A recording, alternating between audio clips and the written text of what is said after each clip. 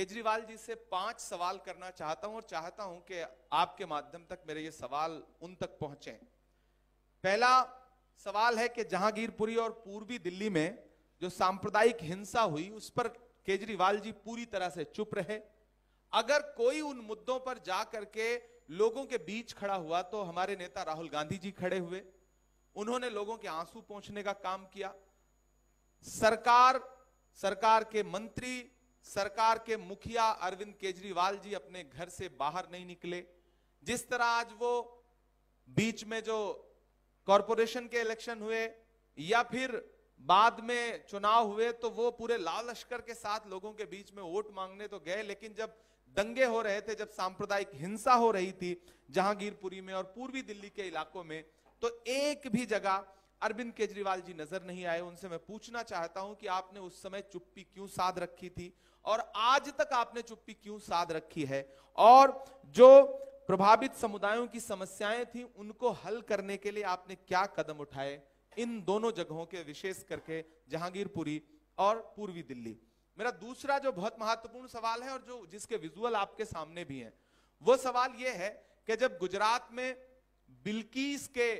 दोषी जो थे, उसके बलात्कारी जो थे, उनको जब गुजरात सरकार ने रिहा किया,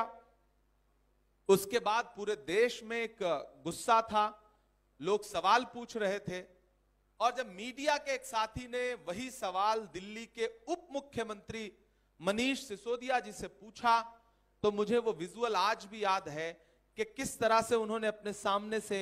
माइक हटाया था चैनल का और उस सवाल को एकदम नकार दिया था उन्होंने। तो मैं आम आदमी पार्टी से पूछना चाहता हूं कि मनीष सिसोदिया जी की जो शर्मनाक चुप्पी थी बिल्किस के मामले में, एक तो बिल्किस महिला थी, महिला होने के नाते आपको बोलना चाहिए था, आप चुप रहे सिर्फ इसलिए क्योंकि बिल्किस मुस्लिम महिला थी। तो मेरा सवाल है कि यह शर्मनाक चुप्पी क्यों। तीसरा मेरा बहुत महत्वपूर्ण सवाल है कि जब देश भर में सीएनआरसी के आंदोलन चल रहे थे और शाहीन बाग एक प्रतीक के तौर पर, एक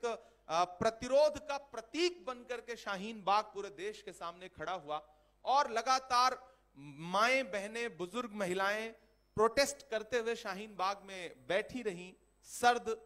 शामों में, सर्द रातों में। उस दौरान मुख्यमंत्री अरविंद केजरीवाल जी, उनके तमाम कैबिनेट के लोग जिस तरह से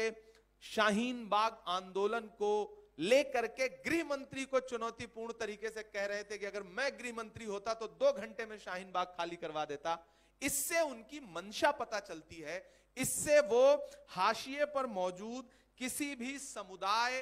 के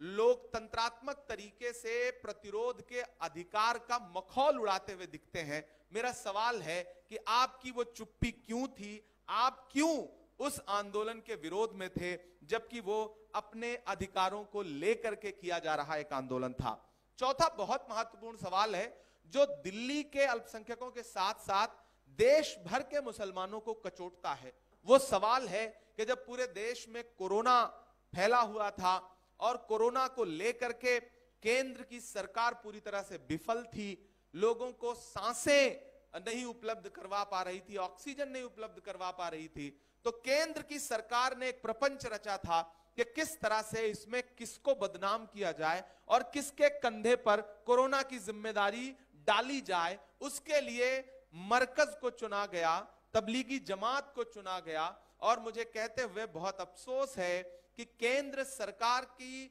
उस मंशा में अरविंद केजरीवाल जी और उनकी पूरी सरकार साथ में शामिल थी, और जिस तरह से दिल्ली राज्य सरकार के बुलेटिन निकलते थे, उनकी तरफ से जो नोटिफिकेशन जारी होता था, उसमें कोविड पेशेंट के साथ साथ मरकज का जो अलग से एक कॉलम देश के सामने उन्होंने रखा, उससे पूरे देश में तबलीगी जमात को और मरकज को लगातार नफरत का सामना करना पड़ा, बदनाम होना पड़ा। बाद में वो सारे आरोप जो है वो झूठे निकले। तो मैं अरविंद केजरीवाल जी से पूछना चाहता हूं कि केंद्र सरकार, नरेंद्र मोदी जी की सरकार की जो मंशा थी एक समुदाय विशेष के खिलाफ कोरोना के दौरान, उस मंशा में आप जिस तरह से आगे बढ़ करके 2 कदम आगे बढ़ के भाजपा से भी आगे बढ़ करके आपने मरकज को बदनाम करने की साजिश की, वो क्यों की? और फिर आप किस मुंह से दिल्ली राज्य के मुसलमानों के बीच में वोट मांगने की हिम्मत जुटा पा रहे हैं? मेरा एक और अंतिम सवाल है कि आपके विधायक नरेश यादव को कुरान शरीफ की बेअदबी के मामले में सजा हुई, जो एक बहुत गंभीर चिंता का विषय था कि एक चुने हुए जनप्रतिनिधि पे एक धार्मिक ग्रंथ की बेअदबी का मामला बना और कोर्ट ने बाकायदा सजा दी। आखिर तक आम आदमी पार्टी उसके साथ खड़ी रही, उसको टिकट दिया गया और जब बहुत व्यापक पैमाने पे विरोध हुआ तब जाकर के उसका टिकट काटा गया। तो मैं पूछना चाहता हूं अरविंद केजरीवाल जी से कि आपको मुसलमानों के धर्म ग्रंथ को अपमानित करने वाले, उसकी बेअदबी करने वाले इंसान से इतना प्यार क्यों था? ये मेरे सामने राज्यसभा की लिस्ट है,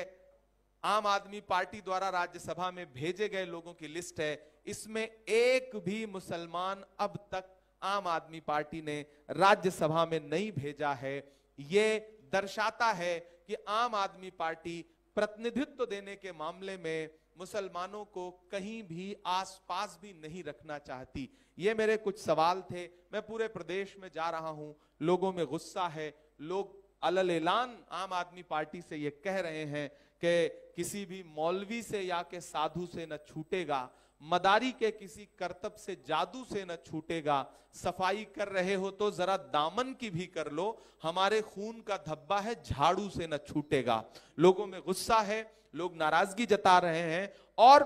शायद इसीलिए मेरा तो मीडिया के साथियों से भी सवाल है, मैंने अभी तक अरविंद केजरीवाल जी को किसी भी मुस्लिम इलाके में जनसभा करते हुए नहीं देखा। आप सबने देखा हो तो कृपया मुझे सूचित करिएगा, मुझे अब तक नहीं दिखाई पड़ा है। यही वजह है कि वो कहीं भी अपने किसी मुस्लिम प्रत्याशी के लिए वोट मांगने जाने की हिम्मत नहीं जुटा पा रहे हैं। ये मेरे कुछ सवाल थे जो मैंने आपके सामने रखे हैं।